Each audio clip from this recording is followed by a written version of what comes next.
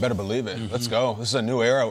We have a 6'4" first-round pick quarterback who was 100% homegrown Packer. Like, this is our guy. Grass-fed, homegrown. We're going to Lambeau South week 1. You better believe it. Very, very excited. Because you know why? I think it's all football. This is just a quarterback. This is a football player. Aaron Rodgers is the best quarterback I've ever seen. He is also one of the biggest celebrities that this league has ever produced. Aaron Rodgers is really, really famous, and for all kinds of reasons that have nothing to do with football. It's game shows, it's famous women, it's psychedelics, it's endorsements, it's all that stuff, which I really like. I think Aaron Rodgers is also maybe the most interesting player we've ever produced. Jordan Love's all football. I don't know what he says. I don't know what his jokes are. I don't know what he takes. I don't know who he dates. I don't know anything about it. What he takes. I don't know. I know he's got a huge arm, and they really loved him coming out of the draft.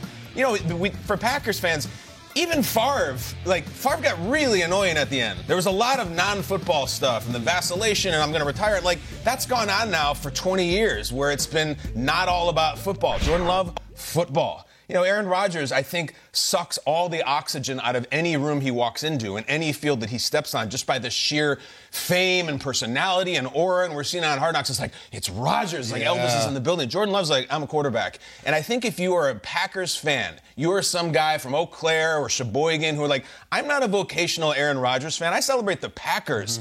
There's going to be oxygen and spotlights and celebration for fantastic players like Jair Alexander, Devondre Campbell, Kenny Clark, Rashawn Gary, all pro-level guys who are like the other guys in the back with the band playing the saxophone while Rodgers is up front. And I think if you're a Packers fan, you love that, and you're excited about that. And Jordan Love's got nothing to say, and that's kind of a fun thing. I love the Rodgers experience. I love the cult of personality. As a Packers fan, you're like, man, let's play some football and football exclusively. I think that's pretty cool. Oh, it's awesome, man. I think that just play some football part of it. There was so much drama, to your point, as last season went on, and now Jordan Love shows up. And I typed his name in Google, and everything you see is Bears, Packers fans, Lions. They just can't get a break. And everybody's celebrating this guy right now because of what he's been able to do in the preseason. We're watching him throw it to the young wide receivers that they have on this team. Everybody from Jaden Reed to Christian Watson to Romeo Doubs. And I think that's the fun thing about this team right now, because it's not only Jordan Love, who's a young guy who's out there leading them at the quarterback position, but there's youth throughout this football team. You look at the pass catchers, both tight ends 22 years old. There's not a receiver in the wide receiver room that is above 25 years old. This is a team that can all relate to one another. These guys are hanging out on their off day. They know everything that's going on with each other's lives because they're all at that same phase and stage of their lives. And I think that makes for a tighter locker room, and guys get a chance to really get to know each other.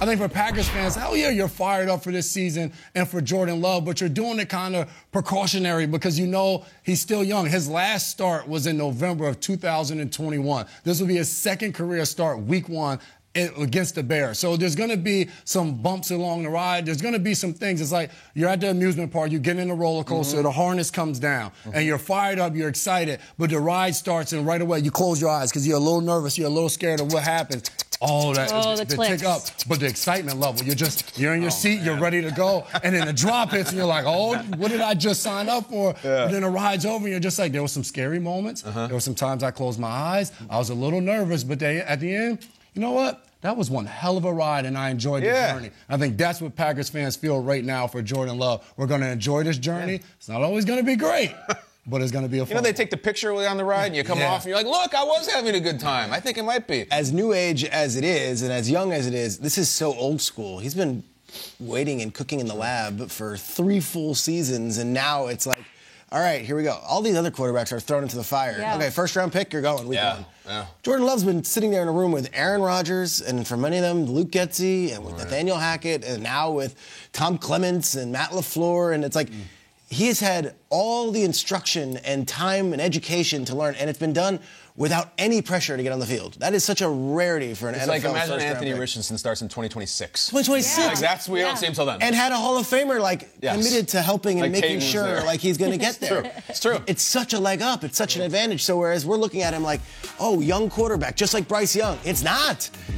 And if he does fail, well, that's on him. Like, if you couldn't get to this point after 3 years of instruction and opportunities to learn, I give him credit. He never once balked at the fact that he's not getting opportunities because obviously Rodgers was there. He's never said an ill word about Rodgers. He's never done anything to think other than this guy is team first, and he's just waiting and biding his time. But I would think that this guy should be a lot further along than Bryce Young, C.J. Stroud. I would even add in a Kenny Pickett.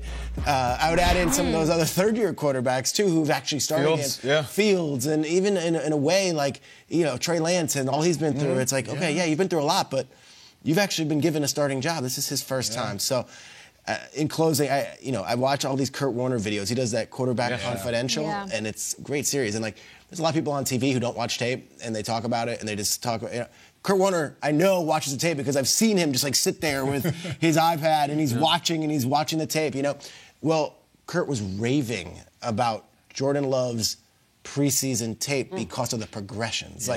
Calm in the pocket, looking at options, not just running, going through the different progressions and finding it.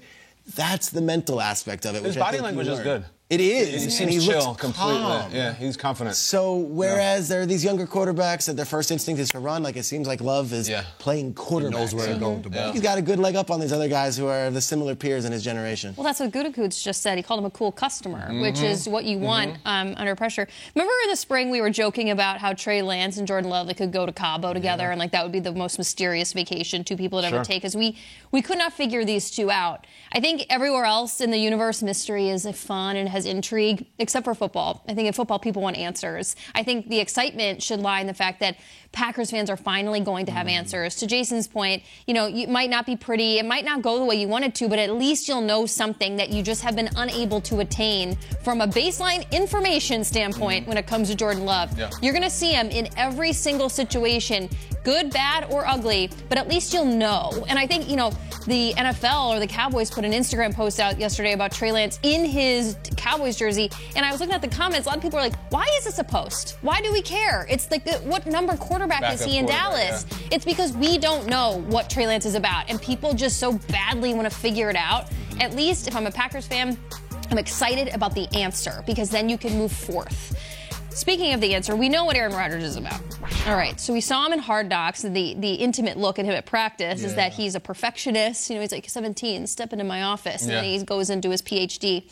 You think Jordan Love has to be like that? Do you think he's going to be like that at practice? Can he be like that? Or do you have to win 4 MVPs in order to do it? No, I think he'll be his own version of that. I think that quarterback position, as soon as you go out there on the field, you are the leader of the offense, a leader on the team. And I think part of being a leader is you have to demand and hold guys accountable. So I think for Jordan Love, you look at some of the differences. We talked about how young this team is. So when he's talking to a Jaden Reed or to a Christian Watson, it may not be cursing a guy out or going off, but it's that connection of saying, hey, I'm expecting you to be right here at 15 yards when I get to my back step. You have to get there. If you don't, I'm sacked. And I think those are the things where you walk up right after a play and you're talking to guys on the sideline. A guy drops a pass, you're walking over to him, you're encouraging him. I think in his own right and his own personality, you demand that of guys and you ask for that every single day. And I think the main thing for him is you can do that when you hold yourself to that same level and you're consistent every day. And I think that's what the Packers probably have seen from him in the last 3 years, even though he hasn't been out there, and that allows him to step up and be able to talk to his guys. Real quick,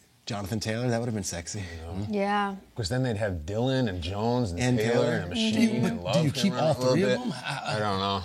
Remember Mark Murphy, the president, came out and said, now that Aaron's gone, we're going to see Matt's offense. True. Would that have been the LaFleur offense? Just run game? Didn't they go full house backfield, just the T formation? What was it, the Four Horsemen back in the day? Army football? Peter, maybe they want to see 7 or 8 weeks of football, and then they realize that would be a really good option. They could still trade for him. Still can. Is this segment going to age well? Is there any side to this? We just did 10 minutes tempered. about. I think. I'm not. I was like, it's incredible. He's amazing. I think Jamie's point's right. We'll know. Yeah. You just want to know. It's going to be an answer. Well, your point's right, too. If he doesn't have it now after 3 years, he just doesn't have it. Right. You know what I'm saying? Right. I don't. We'll see. There's a lot of it's a lot of mystery. Nobody knows if he's that. Because Fields might be the same conversation. Everyone's crowning Fields. True. Does he have it? We'll see.